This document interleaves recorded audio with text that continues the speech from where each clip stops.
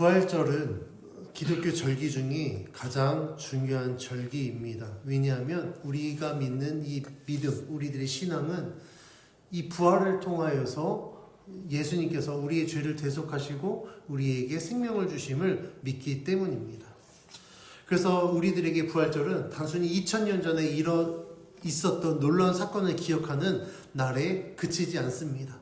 많은 사람들에게 부활은 믿으면 좋은 이야기, 아니면 위로가 되는 어떤 종교적 메시지 정도로 여겨질 수 있습니다. 그러나 성경은 우리들에게 분명히 말하고 있습니다. 부활은 실제이며 동시에 현재적인 사건임을 말하고 있습니다. 예수님의 부활은 기독교 신앙에서 가장 중요한 사건입니다. 왜냐하면 예수님이 십자가에 죽으심으로 우리의 죄를 사해 주셨을 뿐만 아니라 부활을 통하여 생명을 주셨기 때문입니다. 예수님의 부활이 죄로 인해 죽을 수밖에 없었던 우리를 살려주셨고 그와 함께 하나님의 자녀가 되는 은혜를 주셔서 우리로 하여금 하나님의 나라의 소망을 갖게 해주셨기 때문입니다. 오늘 우리가 읽은 이 로마서 말씀은 부활을 믿는 그리스도인이 어떻게 살아가야 하는지에 대해 말씀하고 있습니다.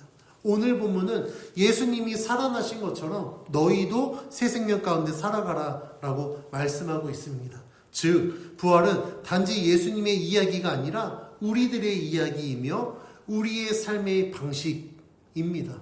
오늘 말씀을 통해 우리가 가진 부활의 소망과 확신이 무엇인지, 그리고 그 부활을 믿는 사람은 어떻게 살아가야 되는지 함께 살펴보고자 합니다. 오늘 본문은 예수님을 믿는 그리스도인들에게 하나님이 예수님을 통해서 이루신 구원의 의미와 목적이 무엇인지 말씀하고 있습니다. 그 내용이 4절에 기록되어 있는데 우리 4절 말씀을 같이 봉독해 봅니다. 시작. 그러므로 우리가 그의 죽으심과 합하여 세례를 받음으로 그와 함께 장사되었나니 이는 우리의 영광으로 말미암아 그리스도를 죽은 자 가운데서 살리심과 같이 우리로 또한 새 생명 가운데서 행하게 하려 함이라. 아멘. 방금 봉독한 4절에서는 세례를 강조하고 있습니다. 세례는 단순한 종교 의식이 아니라 구원에 있어서 매우 중요한 사건입니다. 물에 잠기는 것은 그리스도와 함께 죽음을 의미하고 물 밖으로 나오는 것은 그리스도와 함께 새 생명으로 일어나는 것을 의미합니다. 우리 성도님들 세례 받으셨죠? 혹시 침례 받으셨습니까? 아니면 세례 받으셨습니까? 세례 받으셨을 거예요. 그런데 원래 그 기독교의 원칙은 우리가 침례를 원칙으로 합니다. 그런데 침례탕이 준비되지 않고 그렇기 때문에 침례가 불가할 경우에는 약식으로 우리가 세례를 하거든요. 그러니까 세례를 받은 사람은 물에 들어갔다 나왔다는 이 의미를 잘 몰라요.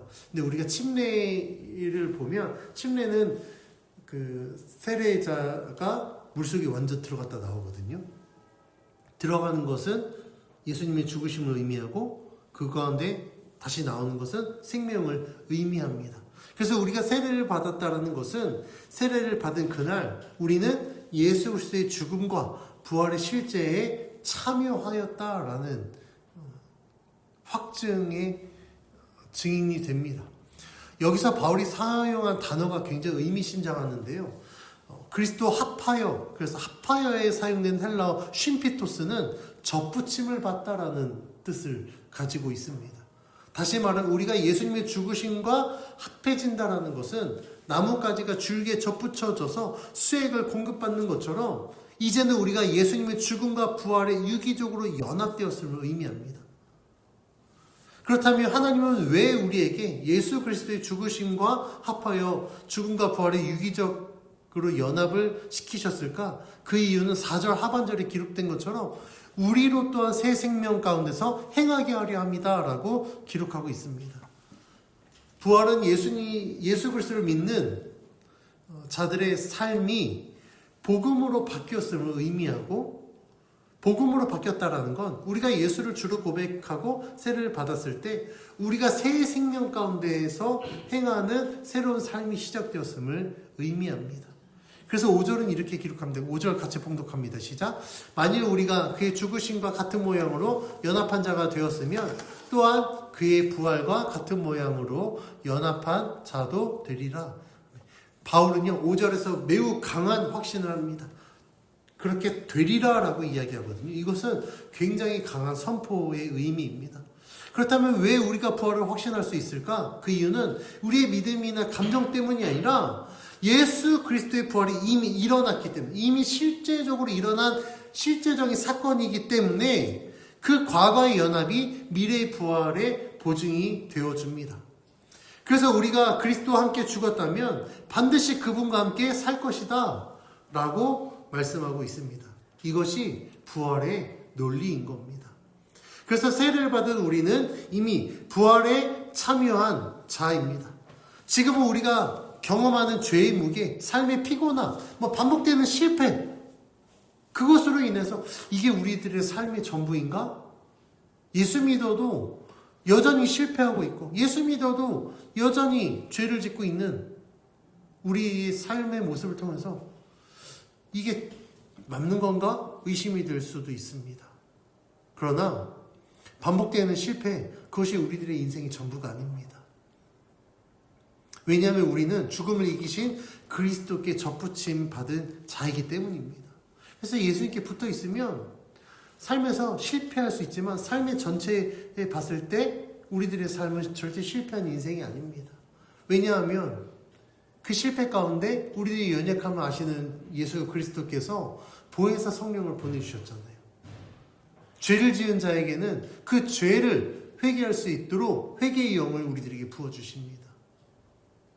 분별하지 못하는 우리들에게 성령의 지혜를 주셔서 그 지혜로 분별하여 하나님의 뜻을 따르게 하실 것이고, 좌절하여 낙심한 자들에게 주님의 그 손을 우리들에게 내밀어 주셔서 우리를 위로해 주실 뿐만 아니라 그 자리에서 우리를 일으켜서 다시 걷게 하시기 때문에 부활에 참여한 우리들, 예수님께 접붙임 받은 우리들의 삶은 반드시 예수 그리스도로 말미암아 승리하게 될 줄 믿습니다. 예수님의 부활은 그리스도인들에게 확실한 소망과 확신을 줍니다. 그 이유에 대해서 6절을 이렇게 기록합니다. 우리 6절 같이 봉독합니다. 시작. 우리가 알거니와 우리의 옛사람이 예수와 함께 십자가에 못 박힌 것은 죄의 몸이 죽어 다시는 우리가 죄에게 종노릇하지 아니하려 함이니.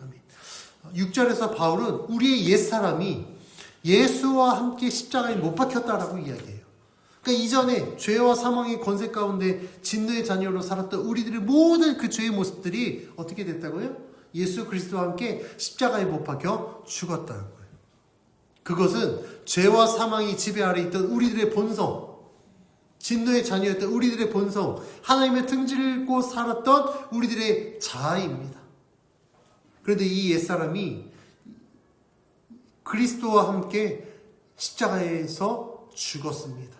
7절은 죽은 자가 죄에서 벗어나 의롭다 하심을 얻었다라고 선언합니다. 법적 용어로 말하자면 사망한 피고는 더 이상 재판받지 않습니다. 왜냐하면 이미 그 죄값을 다 치렀기 때문입니다. 그런데 이 죄값을 누가 치렀다고요? 예수님이 치르셨다고요. 어디에서요? 십자가에서. 예수 그리스도가 죽으심으로 우리의 모든 죄가 이미 그 십자가 위에서 죽었기 때문에 더 이상 우리는 정죄함을 받을 필요가 없습니다. 그래서 9절은 이렇게 선포합니다. 같이 읽습니다. 시작. 이는 그리스도께서 죽은 자 가운데서 살아나셨음에 다시 죽지 아니하시고 사망이 다시 그를 주장하지 못할 줄을 알미로라. 아멘. 9절은요 부활의 연속성을 선포합니다. 예수님의 부활은 한 번 일어나고 끝난 사건이 아니라 그분이 영원히 살아계시기 때문에 예수님의 부활은 완전한 승리라고 선포하고 있습니다. 그런데 우리가 여기서 살펴볼 것은 예수님 당시에도 죽었다 살아난 자가 있습니다. 누구죠? 나사로였습니다. 나사로가 죽었다 다시 살아났어요. 그런데 나사로가 다시 살아난 걸 성경은 부활이라고 이야기하지 않아요. 그가 소생했다라고 이야기합니다. 그러면 부활과 소생의 차이가 무엇일까? 부활은요 다시 살아나고 죽지 않기 때문에 부활이라고 이야기해요. 근데 소생은요 다시 살아났지만 또다시 죽으면 그것은 소생이라고 이야기합니다. 예수님과 나사로의 차이는 무엇입니까? 예수님 부활하셔서 영원히 죽지 않으셨어요. 그런데 나사로는 소생했지만 다시 죽었습니다. 그래서 예수님이 다시 살아난 것, 이것은 진정한 부활이고, 진정한 부활은 사망이 더 이상 주장하지 못하게 만듭니다. 이것이 부활의 핵심 메시지입니다. 예수님이 그러하신 것처럼 우리도 그렇게 된다. 그래서 예수 그리스도를 믿는 우리들이 품는 소망은요, 막연한 소망이 아닙니다. 부활의 신앙은요, 내가 처한 상황이 좋아지길 바라는 희망이 아닙니다. 감정적 위로도 아니에요. 부활의 신앙은요, 사망을 이긴 확정된 소망을 의미합니다. 그러니까 내 상황이 좋아지지 않아도 그 부활하신 예수 그리스도께서 영원히 살아계시고 지금도 살아서 역사하시기 때문에 내 상황과 상관없이 그 예수 그리스도로 말미암아 우리는 소망을 품게 되는 거예요. 그래서 8절은 이렇게 고백합니다. 같이 봉독합니다. 시작. 만일 우리가 그리스도와 함께 죽었으면 또한 그와 함께 살 줄을 믿노니. 아멘. 그리스도의 부활이 영원하다면 그분과 연합된 우리의 미래도 영원한 겁니다.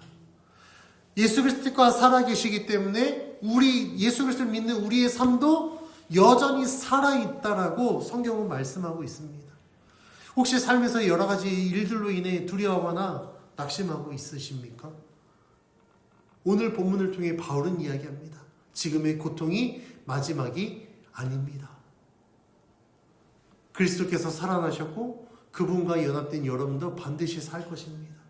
그러니까 고통이 우리들의 삶의 마지막이 아니라는 거예요. 우리들의 삶은 예수 그리스도로 말미암아 생명을 얻고 그 영원하신 하나님 나라에 들어가는 그 삶으로 완결될 것이다. 그렇기 때문에 예수님이 우리들에게 소망이 되고 우리는 하나님 나라를 기대하게 되는 겁니다. 그래서 예수님으로 말미암아 소망을 갖고 살아가는 자들의 삶은요, 세상 사람들과 전혀 다릅니다. 그래서 오늘 본문 11절에 이렇게 이해합니다. 우리 11절 같이 봉독합니다. 시작. 이와 같이 너희도 너희 자신을 죄에 대하여는 죽은 자요 그리스도 예수 안에서 하나님께 대하여는 살아있는 자로 여길지어다. 방금 봉독한 11절에서 여길지어다 이 단어에 사용된 헬라어 로기제스테는요, 회계 용어에서 온 말로 계산하다, 간주하다라는 뜻을 갖고 있습니다. 그러니까 여길지어다라는 건 단순한 낙관적 생각이나 자기 암시가 아니라 그리스도 안에서 실제로 이루어진 사실을 사실로 붙잡으라는 의미를 갖고 있습니다. 죄가 여러분들을 유혹할 때, 낙심이 여러분들을 덮칠 때, 사망의 두려움이 엄습할 때 있습니다. 그때 바울은 말합니다. 그리스도 예수 안에서 하나님께 대하여는 살아있는 자로 여길지어다. 그러니까 끊임없이 우리들의 삶 속에 죄의 유혹이, 낙심이, 사망의 두려움이 우리를 공격할 수 있어요.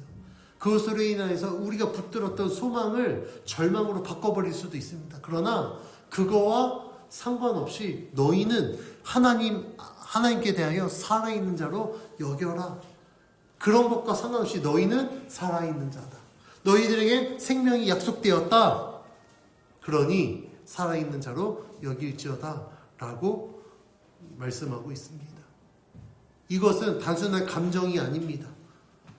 의식적인 믿음의 결단입니다. 우리가 그렇게 믿음으로 결단할 때 부활의 신앙은 우리들의 생각의 변화에서부터 시작되어집니다. 그래서 우리는 더 이상 이런 생각 가지면 안 됩니다. 나는 어쩔 수 없는 죄인이야. 나는 계속 실패할 수밖에 없어. 이것저것 해봤는데 실패하면 나는 안 되는 인생인가 보다. 이런 생각이 사로잡힌 자들에게 성경은 말씀하고 있습니다. 너는 이미 죄에 대하여 죽은 사람이다. 그러나 너는 하나님께 대하여 살아있는 사람이다. 이것이 부활의 신앙입니다. 그래서 부활의 신앙을 가진 그리스도의 삶은 바뀝니다. 어쩔 수 없다며 죄를 합리화하지 않습니다. 연속된 실패로 인해 좌절하고 낙심하지 않습니다. 다들 그렇게 사니까 나도 이렇게 살아야 되나 보다 라고 세상의 기준을 따르지 않습니다. 왜냐하면 그리스도인은 다른 생명을 가진 사람이기 때문입니다. 부활은요, 절망 가운데 있는 단순한 위로가 아닙니다. 우리의 삶의 기준을 완전히 바꾸는 하나님의 능력입니다. 그래서 부활의 신앙을 가진 자들은요, 하나님의 뜻대로 이루어지는 나의 삶을 믿습니다. 그래서 그리스도인은 이렇게 살아갑니다. 첫 번째, 죄를 이기는 삶을 살아갑니다. 왜냐하면 우리는 더 이상 죄의 종이 아니기 때문이에요. 우리의 모든 죄는 예수 그리스도의 십자가에서 다 사해졌고 완전히 죽었기 때문에 우리는 죄에 대해서 아니요 라고 말할 수 있는 자입니다. 두 번째는 두려움이 없는 삶입니다. 우리의 상황이 전혀 두려움이 없는 상황에 놓여졌기 때문에 두려움 없는 삶을 사는 게 아니라는 거예요. 상황은 여전히 두렵습니다. 불확실성. 지금 우리가 살고 있는 이 시대 얼마나 불확실성입니까? 트럼프 대통령의 한마디에 세계 경제가 지금 출렁이고 있고, 종전하느냐, 종전한다는 희망이 보이면 막 경제가 뭐 주가가 올랐다가 기름값이 내려갔다가 아니다 막 폭격이 이루어지면 다시 막 기름값 상승하고 막 주식 폭락하고 우리 원달러 환율은 올라가고 있고, 한 주 한 주 하루하루가 불확실한 삶을 살고 있습니다. 그럼에도 불구하고 우리가 이 상황에 두려워하지 않을 수 있는 이유는 예수 그리스도가 우리에게 소망이 되어주시기 때문이에요. 세상은 요동할 수 있습니다. 우리들의 삶의 환경은 요동할 수 있습니다. 그러나 여전히 요동하지 않고 그 중심을 붙들고 있는 분, 바로 우리를 구원하신, 우리에게 생명 주신 예수 그리스도가 있기 때문에 우리는 세상의 그런 지배에 놓여 있지 않아서 소망을 품고 두려움 없이 살아갈 수 있습니다. 세 번째는요, 하나님을 향해 살아있는 삶을 살아갑니다. 오늘 10절에 하나님께 대하여 살아계심이라, 그 삶, 살아있는 생명이 우리들에게도 주어졌기 때문에 우리들은 하나님을 향하여 살아있는 삶을 살아갈 수 있습니다. 예배, 기도, 섬김, 사랑, 이 모든 것이 하나님에 대하여 살아있음을 의미하기 때문에 우리가 하나님을 예배하고 하나님 앞에 기도하고 하나님의 그 사랑을 우리가 경험하며 그 사랑을 실천했을 때 우리들의 삶 속에서 하나님의 그 크신 은혜가 온전히 이루어질 줄 믿습니다. 오늘 본문을 통해 우리는 부활을 믿는 그리스도인에 대해서 세 가지 사실을 확인했습니다. 첫 번째, 우리는 그리스도의 부활에 연합된 자입니다. 세례를 통해 우리는 그분의 죽음과 부활에 접붙여졌습니다. 그리고 두 번째, 부활은 우리들에게 확실한 소망이 됩니다. 그리스도는 다시 죽지 않으시고 사망이 그분을 주장하지 못합니다. 그분과 연합된 우리의 미래도 죽음이 아니라 생명입니다. 그래서 우리는 그 부활의 소망을 품고 살아갈 때 그 생명이 우리들에게 약속되어짐을 우리는 믿습니다. 세 번째, 부활의 신앙으로 오늘을 살아야 합니다. 사도 바울이 여길지어다 라고 선포했잖아요. 나는 죄에 대하여 죽었고 하나님께 대하여 살아있는 자이기 때문에 이것이 우리들의 정체성이 되어 그 어떤 죄도 우리를 정죄할 수 없고 우리를 주장할 수 없으며 우리는 하나님을 믿는 믿음으로 말미암아 오직 생명 가운데 살아가게 됨을 우리는 믿음으로 선포할 수 있습니다. 2000년 전 오늘 아침 빈 무덤에서 막달라 마리아는 눈물로 예수님을 찾았습니다. 그때 살아나신 주님이 그녀의 이름을 부르셨습니다. 마리아야. 그때 마리아는 그 주님을 만나고 위로를 받았습니다. 뿐만 아니라 예수님께서 그에게 말씀하셨을 때 그녀는 제자들에게 가서 예수님의 부활 소식을 알리는 부활의 증인이 되었습니다. 그 부활하신 주님이 오늘도 우리의 이름을 부르고 있습니다. 지금 삶이 무겁고 힘드십니까? 아니면 죄의 사슬에 묶인 것 같으십니까? 미래가 불투명해서 두렵고 불안하십니까? 그런 우리들에게 부활의 주님이 이렇게 말씀합니다. 요한복음 11장 25절 26절을 제가 봉독해 드립니다. 예수께서 마르다에게 말씀하셨다. 나는 부활이요 생명이니 나를 믿는 사람은 죽어도 살고 살아서 나를 믿는 사람은 영원히 죽지 아니할 것이다. 내가 이것을 믿느냐? 주님이 우리에게 말씀하실 때 우리는 그 주님의 음성에 믿음으로 응답해야 됩니다.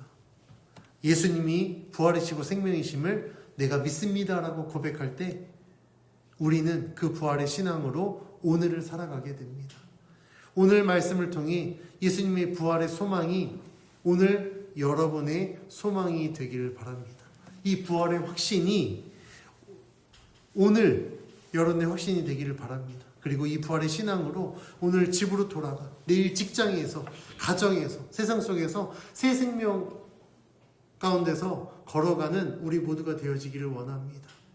예수 그리스도는 어제나 오늘이나 영원토록 동일하십니다. 세상은 바뀔지 모릅니다. 그러나 그 부활하신 우리들이 생명 주신 예수님은 변하지 않으십니다. 부활의 소망을 품고 살아가는 우리들의 삶에게 하나님 분명히 약속하셨습니다. 우리들 생명을 주기로 약속하셨고 그 하나님 나라의 백성으로 삼아주시겠다라고 약속해 주셨습니다. 그 약속을 붙들고 살아가십시오. 그리고 그 믿음으로 승리하기를 원합니다. 세상 가운데 절망을 품지 마시고 예수 그리스도로 말미암아 기대하며 소망하는 저와 여러분이 되길 주의 이름으로 간절히 축원합니다.